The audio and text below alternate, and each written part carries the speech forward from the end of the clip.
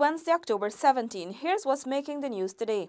The Berbice Bridge Company Incorporated, BBCI, on Tuesday announced a proposed 420% increase in tolls to cross the Berbice River Bridge.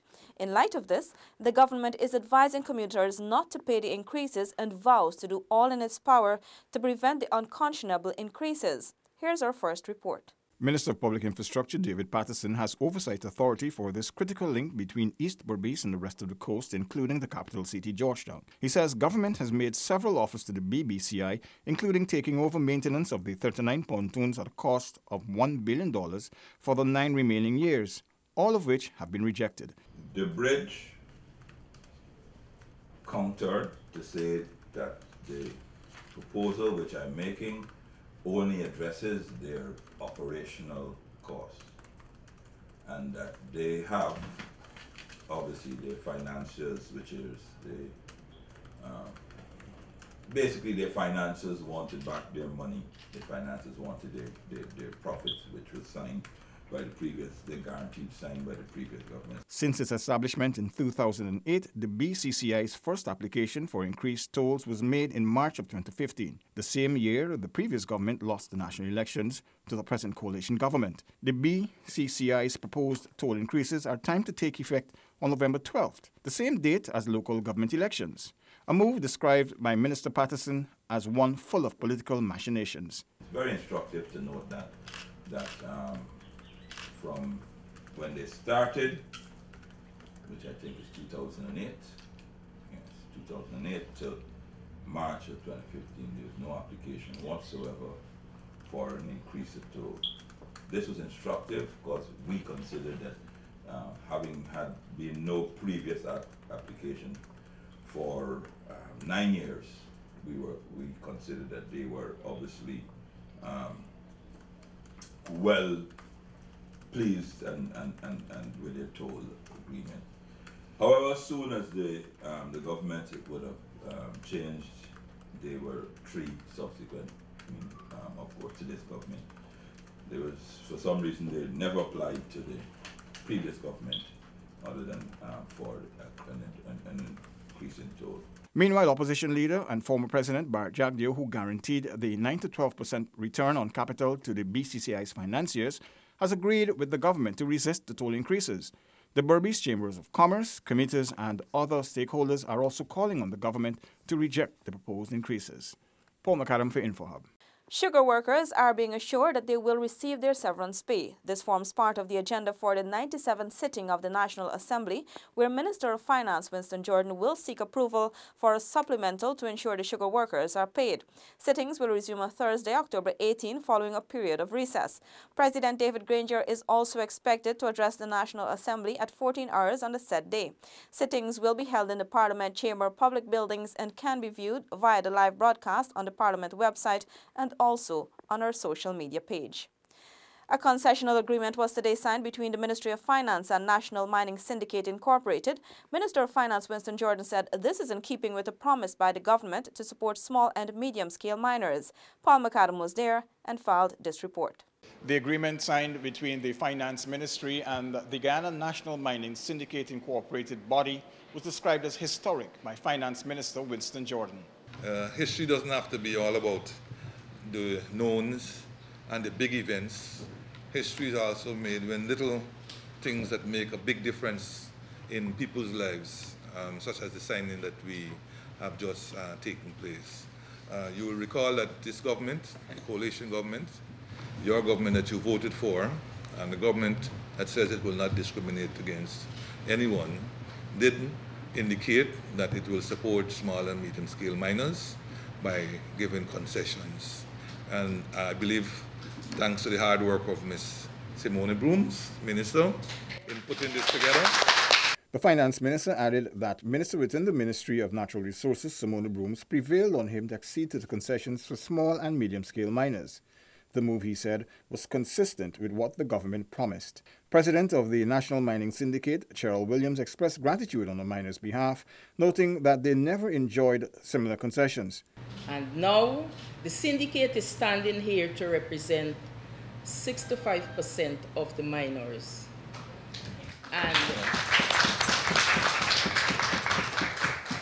and we will surely be unstoppable. We will be the real man, from the small man to the real man. For Minister Brooms, it was a chance for small miners to have an equal opportunity. There's a new fever in the extractive industry. I encourage them, make good uses of it.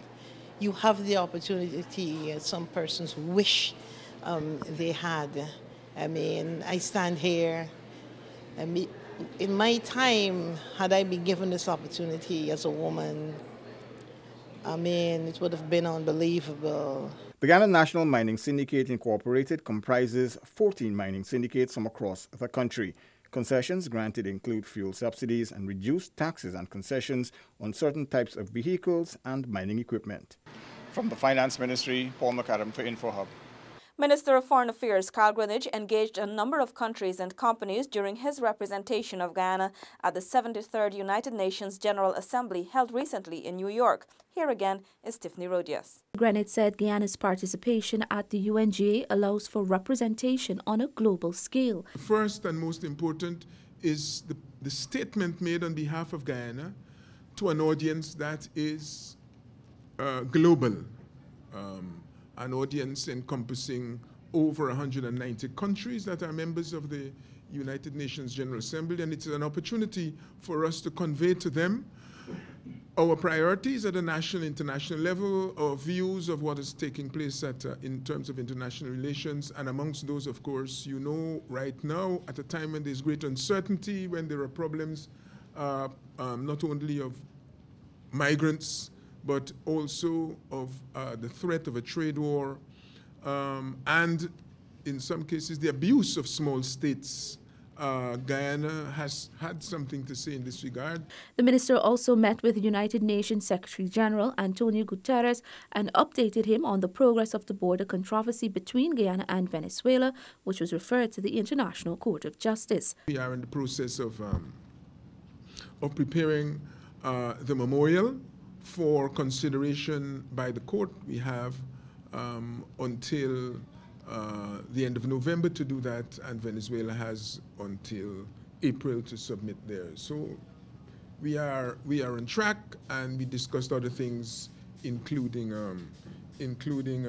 peacekeeping and some of the trials that the global community faces. Minister Greenidge said there were a number of successful bilateral engagements on the sidelines of the UNGA. We had Jamaica on the one hand, Indonesia, with whom we signed a memorandum of understanding, Togo, which is in West Africa and which currently holds the presidency of the ACP group, presidency as regards the central negotiating group, that is the successor to Cotonou, Côte d'Ivoire, and also meetings with Peru, Nordic countries. During his time in New York, Minister Greenidge also engaged the Guyanese diaspora. We had a very, very fruitful exchange. Again, you might have picked up that, because I think that it was streamed, in which we dealt with both the development of petroleum and gas, and also the challenges facing us as regards the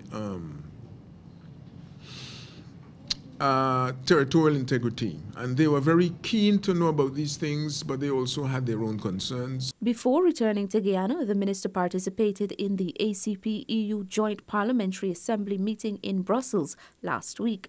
For InfoHub, Tiffany Rogers. The inaugural Green Guyana Expo is almost here at the National Stadium Tarmac, October 18 to 20. Come and experience green living, green technologies, green agriculture, and so much more. Gates will be open 2 p.m. daily, and admission and secured parking is absolutely free. Enjoy live entertainment throughout the event with food and drinks and exciting games for the kids. Come out, learn green, go green. Let's experience our future together. Welcome back. Minister of State Joseph Harmon says there is need for a regional approach to tackling land issues. Stacey Carmichael has the details. Minister Harmon was at the opening of a 2-day capacity building workshop for negotiating within the organs of the United Nations Convention to Combat Desertification, UNCCD, hosted on Tuesday. The workshop at the Arthur Chong Conference Center, Lilliendale, is geared at preparing the Caribbean's UN CCD focal points for a partnership initiative for sustainable land management high-level meeting. I am sensing a tide of change that's taking place now in the world. There's a change that's taking place. And the Caribbean is no longer just a place where people come for sun and sea and the beach. They understand that the Caribbean is an important player in world politics and in the decisions which are made at an international level. Minister Harmon added governments must address land issues in a holistic way, citing their importance. The workshop conducted by the Guyana Lands and Surveys Commission will see the Caribbean's position at the upcoming Committee for the Review of the Implementation of the Convention, CRIC, being outlined. Guyana will be hosting the 17th session of the Committee for the Review of the Implementation of the Convention, CRIC 17. Minister Harmon said this creates an opportunity for Caribbean small island developing states to collaborate and showcase best practices under a common accord. As a Caribbean or the CARICOM people, it is important that we pool our resources in these regards to ensure that we stand out as a region. So while Guyana is the host country, this event and several other events will not just showcase Guyana's ability to host, but the region's ability to be able to determine an agenda and to see that agenda executed in an efficient way. At the end of the workshop, an agenda for sustainable land management is expected to be put in place to better position the SIDS as global leaders in meeting its obligations in Sustainable Development Goal 15. For InfoHub, Stacey Carmichael. Delicia Haynes reports that Tabachinga and Culvert City housing schemes have been officially handed over to the Lethem municipality. This would allow for better management and development of the two schemes. From 2010, the Central Housing and Planning Authority, CHNPA, has been responsible for the management and maintenance of the Tabachinga and Culvert City housing schemes. Chief Executive Officer of the CHNPA, Leland Saul, said since then, the government has expended a total of $355 million to develop and maintain the two schemes. He outlined to the Town Council its responsibilities as it relates to the development in these areas. It is expected that you will exercise total control over these areas and monitor all development activities within the township. I urge you to discourage unauthorized development and squatting. This is your town to develop and protect. As we seek to provide housing for the most vulnerable in our society, I ask of the municipality to explore the possibility of providing affordable housing solutions to low-income families. Lethem Mayor Kerry Jarvis underscored the importance of having these two housing schemes under the stewardship of the Lethem Town Council. I remember at the last flood we had, we wanted to do an emergency work in the Culvert City, the new Culvert City housing scheme because of a flooded area. And then I realized that, we needed to go through all different avenues before we can get there. Thing is that I think by the time we finish doing all the necessary writing and advocating, the damage would have been already done. Mayor Jarvis noted that this is a milestone achievement and would contribute to moving Lethem forward. The official handing over of the two housing schemes to the Lethem municipality was part of a series of activities hosted in celebration of Lethem Town Week 2018. For InfoHub, Delicia Haynes. We now tell you that First Lady Sandra Granger will be addressing the Partnership for Maternal, Newborn and Child Health Forum, PMNCH, in New Delhi, India on December 12 and 13. The forum, which is hosted every 4 years, is the world's leading event on solutions for improving the health and well-being of women, children and young people.